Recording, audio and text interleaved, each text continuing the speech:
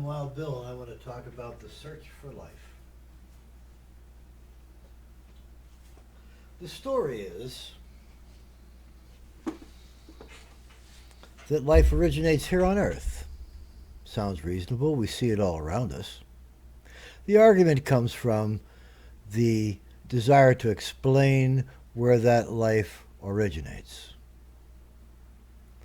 There are people that believe in what's called divine intervention, that powers beyond our ken moved on the face of the deep and either created life here on this planet or created the entire universe, depending on what you believe, but at least allowed the conditions for life to be uppermost on this little ball of rock, and things occurred apace. Depending on how you interpret the fossil record, it might have happened in a very great hurry, or it might have happened over a very slow and methodical period. And that isn't my point today, where life originates on Earth. My point is, does life originate elsewhere? If you are on the one side of the debate that everything is simple chemistry, and if you give simple chemistry enough time, everything will happen once, like the million chimpanzees at a million typewriters will eventually reproduce all the speeches given in Congress. That's an inappropriate use of statistics to make predictions that they are not qualified to make. The thing is, when you use statistics to predict something like the possibility of life, you are moving outside of what is known, you are moving outside of what can be quantified numerically into a place where belief is more important than fact. And so you look for confirmation bias. Well, look, the elements for life are out there, yes. Yes, they are. The elements for life are in a steel bar, too, but you don't find life there. And that's my point. If you are what I'm going to call a creationist, a person that believes that supernatural powers are involved in the process of the human species advancement and its current position of tentative command over the globe, then you will not argue at all against the idea that life is specific to Earth because the supernatural power that allowed it, enhanced it, created it here on Earth only had interest here. Didn't go anywhere else. This is the place where it happened. In a case like that, where you're dealing with individual caprice, I use that word advisedly, a single planet origin for life is entirely possible. I mean, you don't even need statistics to prove anything. You don't need to make a model. But if you're going to say that life is statistically probable elsewhere from the Earth, A, we have 0 samples of life outside of Earth, so we don't know what life will be like if we find it. We've never found it. We don't know if there is any life. As a matter of fact, we don't know if there are any conditions anywhere that are conducive to the beginnings and the nurturing of life, to the point where, well, at all, but to the point where you have creatures that we would call advanced and global spanning societies. My contention is neither creationist nor evolutionist. And these are the two religions involved in the process of deciding where life comes from and where you might find it. The one side interprets the fossil data and says, well, this must be this case because things take a great long time. And it's all statistical possibilities. Now they are basing that on models that are so incomplete that they would not be useful. They could not be used to prove any point in court. So this is specious reasoning. These guys have moved outside the easily quantifiable, the things you can make mathematical models for. That's not science. That's fantasy. And the scientists who are guilty of it are popularists.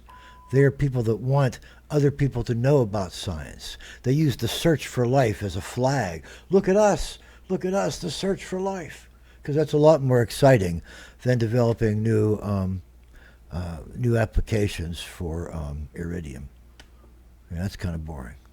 But the search for life. My dad once asked me a profound question, which I wasn't expecting from him. No offense, love you, Daddy. He said, why do they use humans in space exploration? And he was expecting an answer from me because, man, I'm like this when I'm on. And I didn't give him one right away because I had to consider that. Why use humans in space exploration? Well, I examined the current, at that time, the late 70s, early 80s, I examined the current technologies, what they could use in an automated probe, what you could find with one. Go back yourself and look, right? This is the era of Voyager. So it took me years to answer the question. And my poor dad was gone before I finally had an answer for him. And it applies to this topic. Why do you use humans in space exploration? Funding. People are much more likely to drop a $20 in the collection box when you say that there is some wild man who used to pilot jets in the war, and he's like up there poised on the sword of Damocles waiting for it to drop into infinity.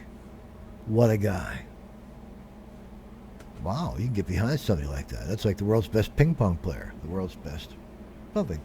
The world's first. The guy that jumped out of that balloon and fell to earth on a parachute. Almost spun himself to death. So you know, stability is very important when you're in airless environments or very low pressure environments. Keeping yourself stable is something just as simple as falling through space without doing this. Doesn't seem to be as easy as we thought it might be. That guy had a rough ride. So anyway,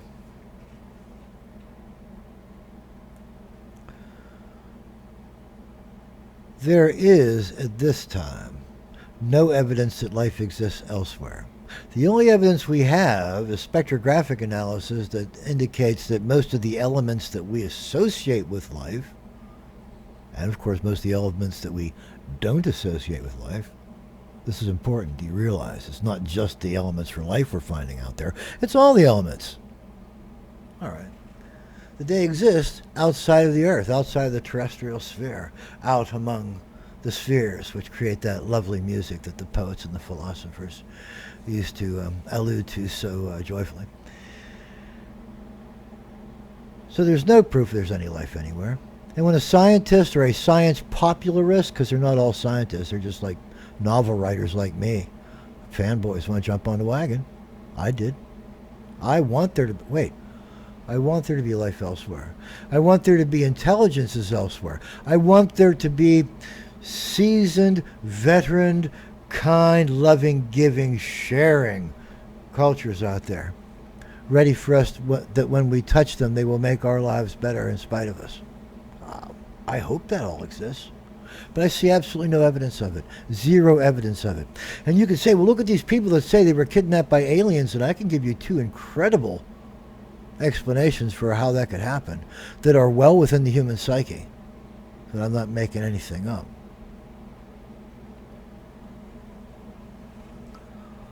On the other side of it, there is the possibility that life does exist elsewhere. That possibility cannot be quantified numerically, no matter what scientists say. One day some guy said, well, look out in the universe, there must be a lot of planets out there. Now, no one had ever found an exoplanet this time he said this. He said, wow, look at all the stars. That means there must be that many planets. Like there's 9 here, because Pluto was a planet in those days. So I'll bet every star has an average of 9 planets. And since we have so many stars in the neighborhood that we can identify, and you multiply that out by the size of the universe, there must be X amount of stars. Well, that's a big number. And that means X amount of stars times X amount of planets, 9 planets. There must be that many planets. And if there's one planet out of 9 that has life, and there's however many that is, a quintillion planets out there, well, then there must be, right? 1/9 of quintillion life form planets out there. And since ours got the civilizations, right, that means that probably a good proportion of those 1/9 of a quintillion planets, let's just call it 100 quadrillion. Well, so 100 quadrillion planets out there must have life. And that must be intelligent life, because we're intelligent. Look, it happened here, and all the elements are out there. And that's what all your reasoning is based on. Complete specious nonsense. There is no evidence that there's life elsewhere. There's no evidence that conditions that are conducive to our kind of life exist elsewhere. We just don't have enough information. And the guy that made that estimation, which wasn't based on any science at all his assumptions about the density of planets in the universe were totally erroneous, but you're willing to believe that his final conclusion was the important thing, that the end justified his broken means for predicting, which you cannot, the existence of life elsewhere, because you have no data from which to predict. He was using an idiotic idea. Well, there's 1 in 9 planets has life that's got skyscrapers, so that means, you count how many planets there are in the universe, 1 in 9 of those will have skyscrapers. So there's skyscrapers everywhere. Let's communicate using skyscrapers. That's idiocy. Literal idiocy. And science today has bought into that and is talking about it, holding it up as a flag. And I wondered why these educated people would be supporting idiocy. There's a reason. Funding. If you say, we're going to the moon Phobos of Mars to look for primordial iridium that would be indicative that Mars itself was involved in a giant bombardment that created these 2 remnant moons. People will say, like, oh, is Game of Thrones on yet? But if you say, we're going to Mars to look for life, because we think there's life there, Martians, can you dig it? Total Recall could be real. People are like, yeah, wow, whoa, man, I'm going to put my beer down and listen to that. And they're more likely to get funding. And that's all it is. The search for life is a total bogus bunch of bullshit. There's no evidence. There's no way to find any evidence. We don't have the instruments necessary to create the database that will allow us to infer that, yes, life exists on this exoplanet. No way. No way. We can't even get a picture of an exoplanet that's 1 pixel big. That's how little data we have. And we're gleefully predicting there must be, and well, then why can't we see them? Well, then they must be doing this thing called a Dyson sphere, collecting all their stars, energy. Wow, that's a leap. Occam's razor, anyone? That the simplest explanation that fits the facts is the most likely explanation? Let's try applying that here. We don't see it because it doesn't happen.